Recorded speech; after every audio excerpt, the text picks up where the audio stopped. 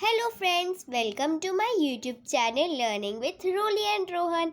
Today I will read New Mulberry English Course, Oxford School Education, the book by Anahita Lee, Class 5, Chapter number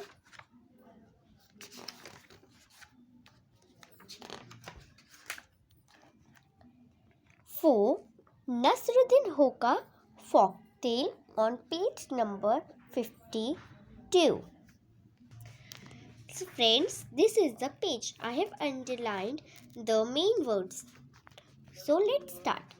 Chapter 4, Nasreddin Hoja. The man in the picture, Nasreddin Hoca, pronounced as Nasreddin Hoca, is a Turkish folk hero who lived over 600 years ago. He served as a teacher and a judge in Turkey.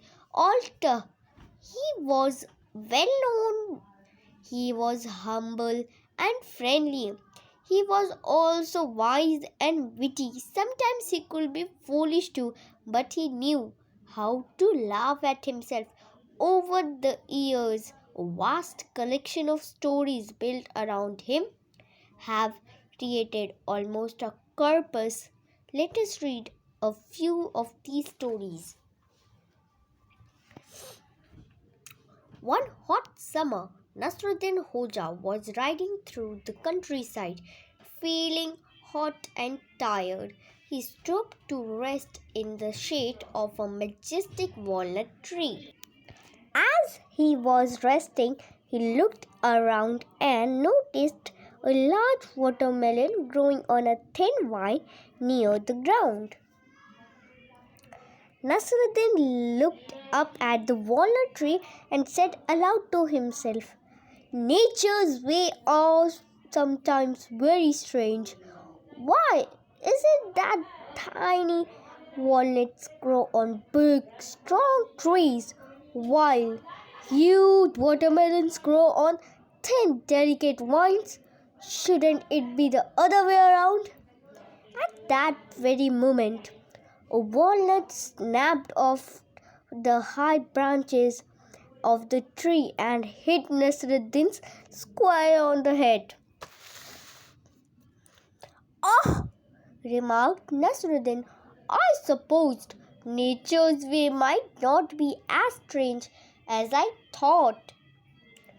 Where would I have been now if watermelons grew on trees?" As Nasreddin Hoja was the judge, many people came to him for advice when they were troubled. One day Nasreddin's neighbor came to meet him. "It is difficult to fit my family in a small house," he grumbled. "My mother-in-law has come to live with us, so now my wife, my 3 children, my mother-in-law and I share the same cottage." "Nasreddin Hoja, you are a wise man. Do you have any advice for me?" Now the neighbor was a rather fushy man. He had a nice cottage and Nasreddin knew that there was more than enough room for everyone. So he thought for a while and then spoke. "Yes," said Nasreddin, "as a matter of fact, I have some very good advice for you. Do you have any chickens in your yard?"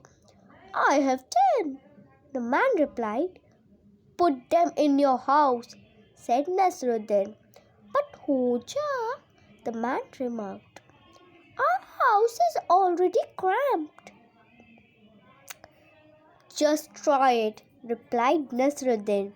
So the man followed Nasreddin's advice and paid him another visit the next day. "Hoja," he said, "with all due respect to you, things are worse now. With the chickens in our house, we are even more pressed for space." "Now take that donkey of yours," replied Nasreddin, "and bring it in your house."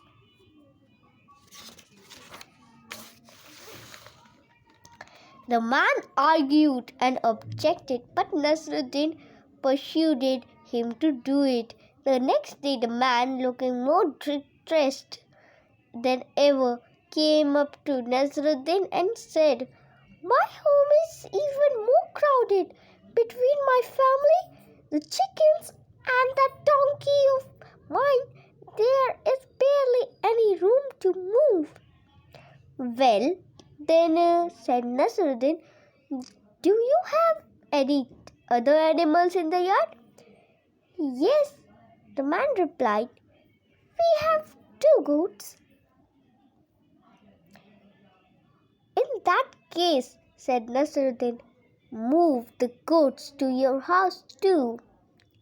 The man once again raised a fuss and seemed anything but eager to follow Nasruddin's advice, but Nasruddin convinced him to do as he was told. The next day the man came up to Nasruddin and exclaimed, "I have completely flustered. The animals have taken up all the space in our house. My family is upset.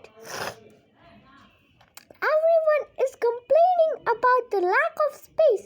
Your plan is not working. On the contrary, it is making us more and more miserable."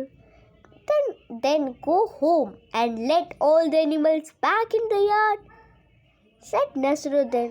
The man once more did as he was told. Early the next morning he rushed through Nasruddin's house. "Hoca," he said excitedly, all the animals are out of the house. We have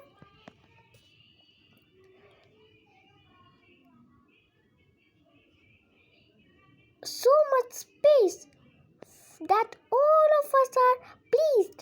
Your plan has worked like a charm." The man thanked Hoka for his excellent advice and went back home happily.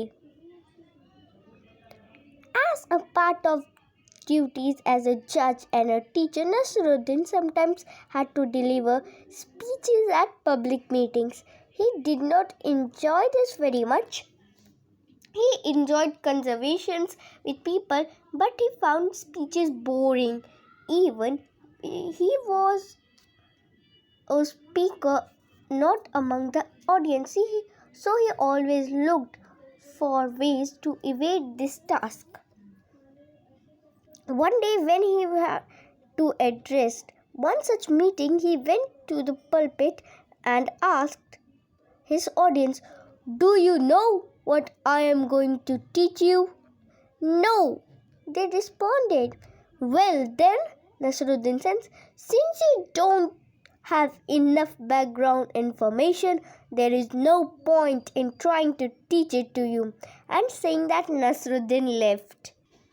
The next day he went up to the pulpit and asked the audience, "Now, do you know or don't know?"